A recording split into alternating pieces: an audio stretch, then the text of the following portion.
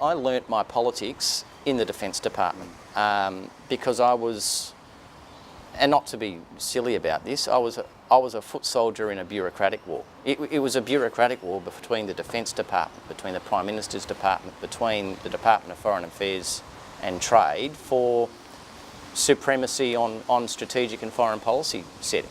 And I learnt my craft. And of course, once one is in Canberra, it's very difficult to escape that sort of political, the magnetism, I suppose, of Parliament. Yeah. And you ended up working for the Howard government. I did. Towards the end of its long reign. I did, and in fact that was strange too, because two guys I worked with in the International Policy Division went on to work for Mark Latham during his 2004 election campaign, and they were Michael Kearney, who now runs the Australian Republican movement, and another guy, Philippe Allen. So I was in a company town in a way, Canberra. It was a highly charged sort of political environment.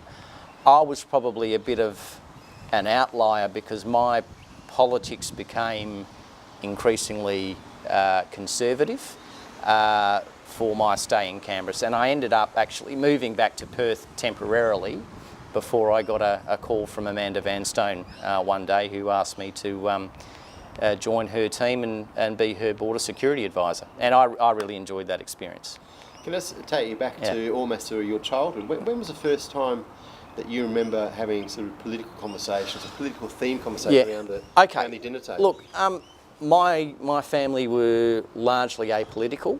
Mum and Dad, I think, voted Labor ordinarily, although they were never, rusted on Labor Party members. They both came, both their fathers were working class migrants. Mum's dad was a fitter and turner. Dad's dad was a very good instrumentalist, designed a lot of recliner chairs, fuse boxes. He was a very talented guy, but he didn't necessarily have a university education, and he came to this country with not much. And it was, for him, he was a Labor man because he thought that the Labor Party would take care of him and his family in a way that he thought the Liberals weren't inclined to do. But I never got my politics from my parents. I got my politics because I was an odd child. I think I was interested in current affairs probably more than any of my classmates, and I really loved comedy. And so I'd come home on a Thursday night, I'd do taekwondo with my brother and my dad. I'd come home, Thursday night, Fast Forward was on, and they had this rubbery figures segment, and it was Paul Keating, it was Bob Hawke. It was a range of sort of political figures of the day, and I just found that immensely funny. And the more I enjoyed actually the comedy of this, the more I wanted to actually understand what the underlying issues were. Now that's a very strange thing for an 11 or 12-year-old boy to do, but that was me. And so I'd always, my actual political awareness was born of comedy, which I think is actually appropriate. I think you're right. To some degree. But that's where it started, and I've been politically interested ever since, but not necessarily politically involved. I eschewed university politics. I was there to, get a degree, but also spend a fair bit of time in the tavern, and when I wasn't at uni, go surfing. I wasn't interested in that, but as a participant, but I was always interested in the issues. So if we fast forward then and lead up to the 2017 election. Yeah.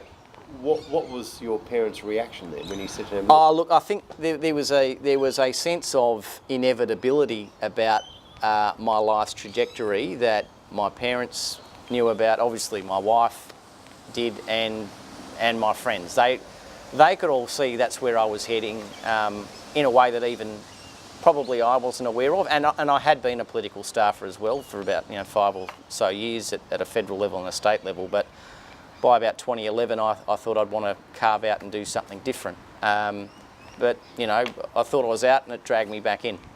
So how have you found it, being not only a Liberal member with the Liberal Party being in opposition, being a new member in the upper house, and of course being in the upper house, which is, a lot of people still don't fully understand, I would argue. Okay. Well, no, look, I've found it to be overwhelmingly to be a member of Parliament irrespective of whether you're in the upper house, the lower house, state or federal, or what party you represent, I think is a privilege.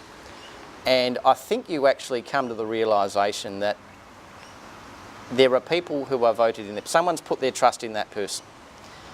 And those people generally have very high ambitions for the community that they want to serve. What we disagree on is the underlying philosophy or how we actually go about doing it. But what is reassuring about it is that there are people there of good and public will who are prepared to devote their life and their talents to serving something greater than themselves.